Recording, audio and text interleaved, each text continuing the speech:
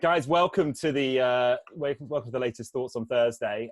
Really excited this week to actually share some thoughts from the GrowthWorks. We typically sit quietly in the background, kind of getting on with our client work, but just thought we've had some really interesting discussions over the last few weeks with clients. And I think it's clear to me a couple of things. One is that partnerships could be a really solid way out of this recovery, or certainly have an important role to play for many businesses, but also that getting partnerships right takes a bit of expertise, takes a bit of time. So I was going to share my perspective on that for 15 minutes or so.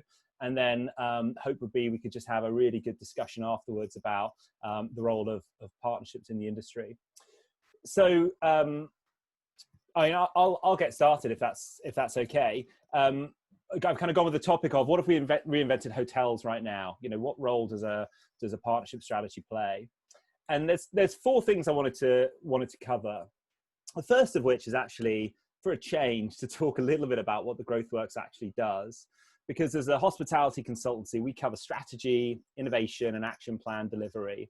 And I think it's more apparent than ever, these are three of the most critical areas of hospitality right now.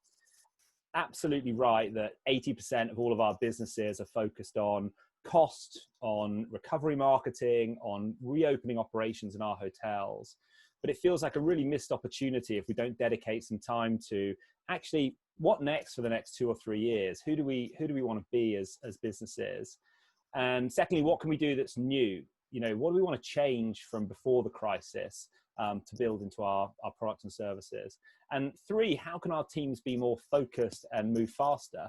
Yeah, it's going to be a really competitive time, I think, from the hospitality for the next few years, and I think we all need to up our game. So I ask every client exactly the same question: why is a guest going to choose you on the other side of this recovery? And I think what I'm hearing more and more is, you know, we're thinking about cleanliness, we're thinking about service, but it feels like many chains yet haven't really done the work, haven't really thought about how they can bounce back stronger. So we'll talk a bit about that. We'll talk a little bit about innovating through partners and why they're a great solution right now. But working with partners isn't easy. It does take time. It does take expertise. I want to share some thoughts on where to apply partnerships. You know, it's not about just jumping at the last cold call or LinkedIn approach you got, but it's about building and then managing an action plan around your strategy and where partnerships can play a role. And lastly, frankly, I want to share the framework that the GrowthWorks uses so you can actually just get on with this. We want to equip the world, the community, with the right tools to identify, vet, and onboard partners, because frankly, now is the time to experiment. Now is the time to make change in the industry. So a bit about us for those that don't know. You know, first thing, reflection is I realize how lucky I am to have the background and experience and network to do what we do today. So I started off in strategy roles at IHG and at Travelport. I got involved in travel startups and then was COO of Hostmaker, which at the time was Europe's biggest, you know, Airbnb property management short-let company. And we launched what's now Marriott Homes and Villas, their new business unit. So it's a great experience of watching a partnership come to life in a global hotel chain. Not many people know, but initially the GrowthWorks was actually focused on travel tech startups, actually helping founders on the tech side scale sustainably. But by the end of last year, I think we just realized all of the pain points in this space were sitting in the hotels. They just weren't set up for partnership success. So we actually pivoted the business back to supporting hotel chains and supporting hospitality businesses and helping them build stronger partnership and innovation hubs. And so since the beginning of the year, we've been working with IHG and a few others as really good launch partners to prove out the concepts. And now with the crisis, we've gone back to our roots a little bit. We're working on strategy, innovation, and action plans to get hotel chains boosted kind of through the recovery. So how do we work? We've got 3 products. You know, one is just advisory calls. So once a week, once a fortnight, once a month, we just grab time with senior leaders and the leadership team. Secondly is one-off projects where we dive into a solution or area that we know that they need to work on. And 3 is interim leadership. So kind of longer engagements where we work with people for a couple of days a week, perhaps, to help define and then manage their strategy and boost their recovery plan. What I love about our approach is we either let hotel chains do it themselves, or we can actually bring in the team. So we've got one of the strongest curated kind of network of hospitality consultants and experts covering everything from marketing, revenue management, ops, product and technology. And just recently, to give you an idea, we've been working on new websites, distribution technology stacks, building a new hospitality brand, training product team. So we really cover the full breadth of kind of hospitality strategy. And that's really the goal. Let's be the strategic advisor that the whole of the hospitality industry can turn to. And then we just help people get moving and deliver. So let's get into partnerships a little bit. There's three things around partnerships that I think really is holding back hoteliers around trying new stuff. Number one, we hear is it's not my job. And this is one of the biggest challenges. Managers just not wanting to risk doing something new. Partnerships by their nature start small. So you just don't get a lot of credit in that first year for launching a partnership. And if it goes wrong, you'll certainly get plenty of blame. So senior leaders often aren't hearing about new partners that are out there, new opportunities to do things differently. Secondly, is actually, I don't think people know that what they have is broken. Most hotels are using tools that are holding them back, that can take years to integrate new technologies, new capabilities. They're often built as quite closed systems, but they run and teams know how to use them. So they just exist because it's the status quo. And then lastly, and this is a big group of people, is people just haven't had past success with partnerships. They tried a tool, maybe someone they met at a conference or someone they kind of got pinged on LinkedIn. So that's just a miss on probably not taking the time on the right partner for them and their strategy, nor actually committing and seeing through a bit of a mini process to make it a success. And for me, I guess summary here is now is the time to change this approach. We absolutely have an opportunity as an industry to move away from a culture of large capital investment projects into technology, frankly, that you can rent, or even technology as a revenue share. And these are going to be the big enablers for the recovery, especially where investment is frankly going to be constrained, as we hear about in everything that we listen to and everything we read. So the GrowthWorks, we have two fundamental beliefs.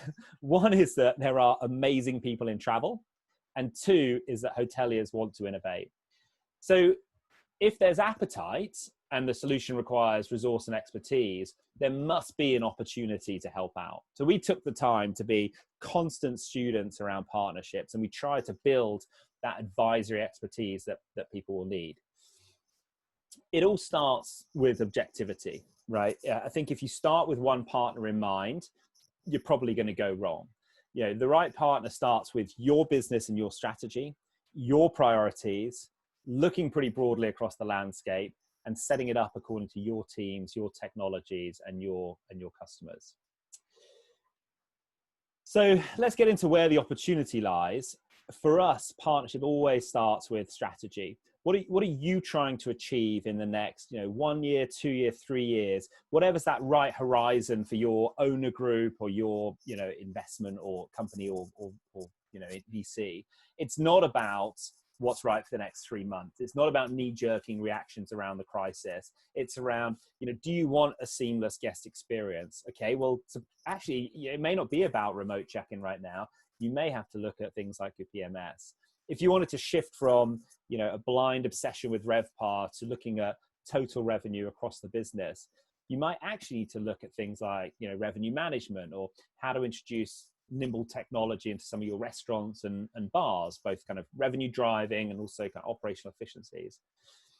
And I think you've got to recognize you can't do everything. While many of these partners do have workarounds, most work best if the core tech is pretty agile and adaptable. So we always say you may end up with a slightly different priority than you thought you did, because a lot of these companies need to be looking at some of the core technology that they've got. So how do you do it? That's the kind of key kind of lesson for the day, I suppose. Well, look, it all starts with your plan and your strategy. It's, and we'll dive into this a bit, but it's about actually where are you at, what do you need to do, and who's going to get involved. Once you've shaped that, then you can start to look at, okay, what areas can I look at? You need to get out there at this point, speak with providers, maybe get them to come and do some demos, potentially run a quick kind of what's called, an RFI, where you're just getting them to send some information about their capabilities, their pricing models, how they'd work with you. You need to ask people for testimonials. You need to see what might work with your existing tech by contacting some of your existing tech providers.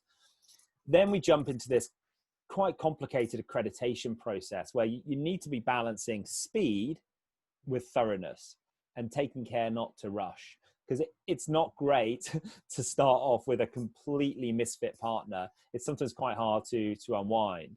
So are they proven? What customers do they already have? Are they going to stay in business for the next 12 to 24 months?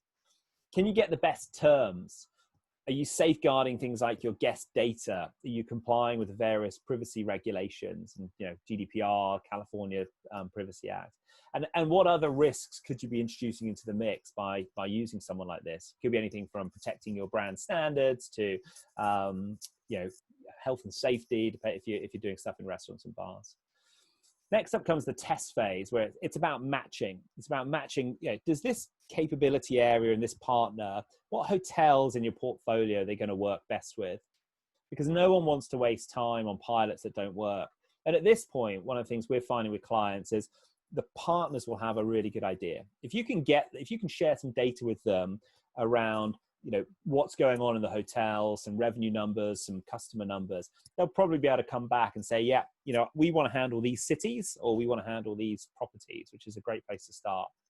You need to be monitoring with tests that are running daily and weekly, making tweaks as you go. It's not a one size, it's not a once and done thing. And at this point, trust starts to come into play.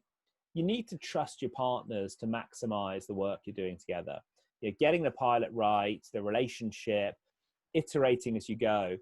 And frankly, you should know at this point, are you feeling good about the collaboration? Do they feel like they're being responsive? Do they feel passionate and lucky to be working with you?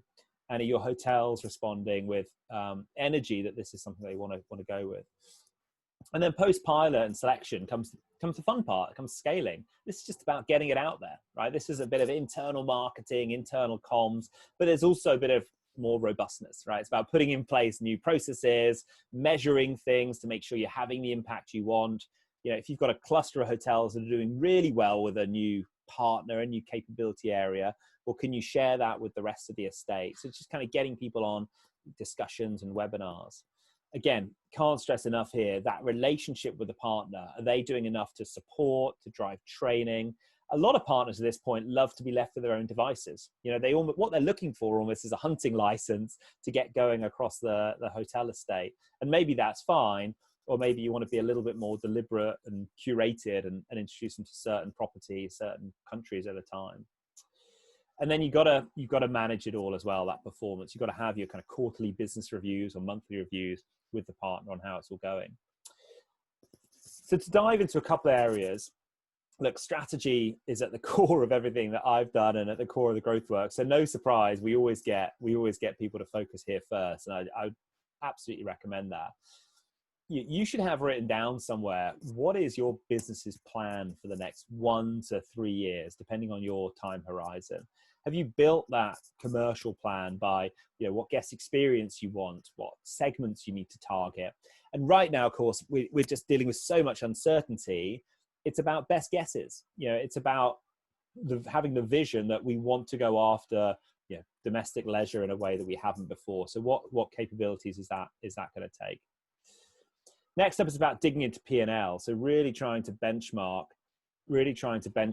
across properties or across the industry. Are you light on F&B revenues? F&B revenues typically run 30 to 35% of revenues in mid-scale, maybe 40 to 50% in upscale and luxury. Well, how do you compare? Does that feel like you need to make a big focus on restaurants and bars?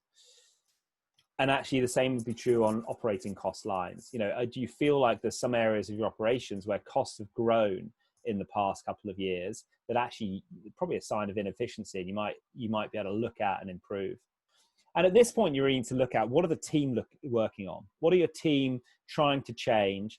Do they have appetite to change? Have you got a culture that when you ask for improvements and new opportunities, people come back and say, yeah, I'd absolutely love to tackle this space? Are you building your own tech? And is that going to really create advantage? Or would you be better off placed to use good third-party tech that's kind of sitting there ready to go. And at this point, not a bad idea to seek some external support, right? Encourage your functional leads to discuss with potential partners, experts in the space, just to understand what options might even exist. Chances are we're all students and there's just going to be way more partners out there than you've ever heard of. And then be really clear, map those priorities and discuss and workshop actually what you're going to work on moving forward. Who's going to own it and do they have kind of support of the team? And then the other deep dive I wanted to do was more around scaling, because great innovation absolutely dies on the vine if it's not nurtured. You know, so just as you should do on day-to-day and other priorities in the business, each partner area needs a really clear owner. It needs clarity across the team, and it needs to be in people's objectives and metrics that they have to work on this stuff.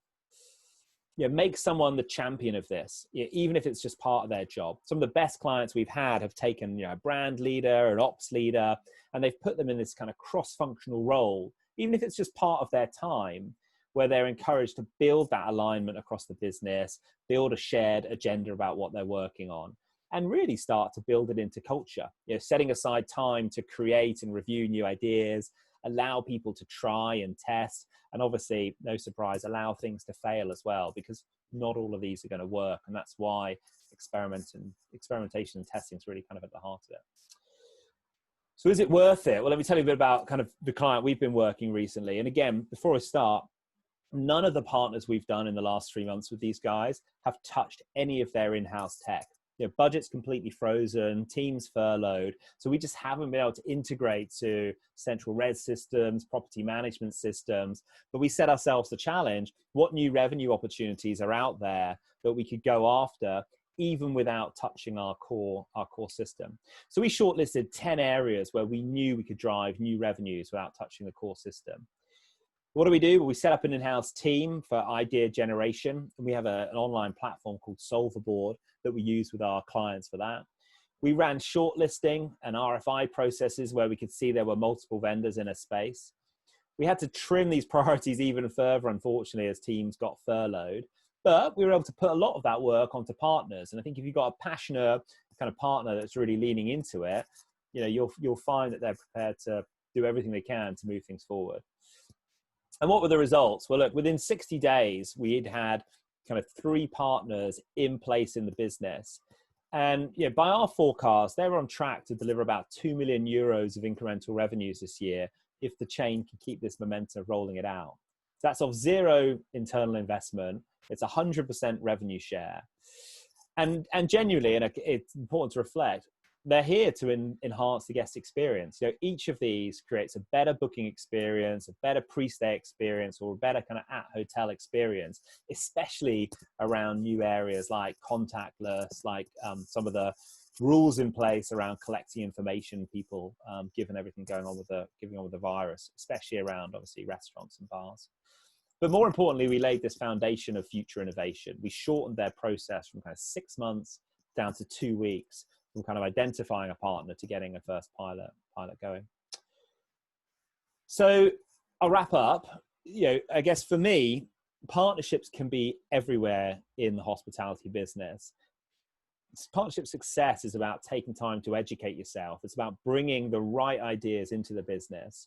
And one of the things I'd suggest to this group is maybe use your next mentoring discussion, because I think whether it be revenue management, marketing, ops, I think it's really important they're all talking and sharing some of the partners that are going to be part of the recovery plan in your businesses and in your kind of hospitality areas. I'd also say this is the time, right? Great businesses definitely come back stronger from a crisis, but it's not a given. It needs focus. And I think partnerships are a great way to bring proven technology into a business at really low cost, and they bring with them a ton of high expertise as well. But on the flip side, using a partner is about being willing to share, right? It does take effort. It does take a bit of joint investment. You do share the success. It's a relationship, and it needs to be managed as a proper partnership, not just something that's take. And I think that's a big reason for failure if we were to kind of digest various partnerships between brands and suppliers over the last 10 years or so.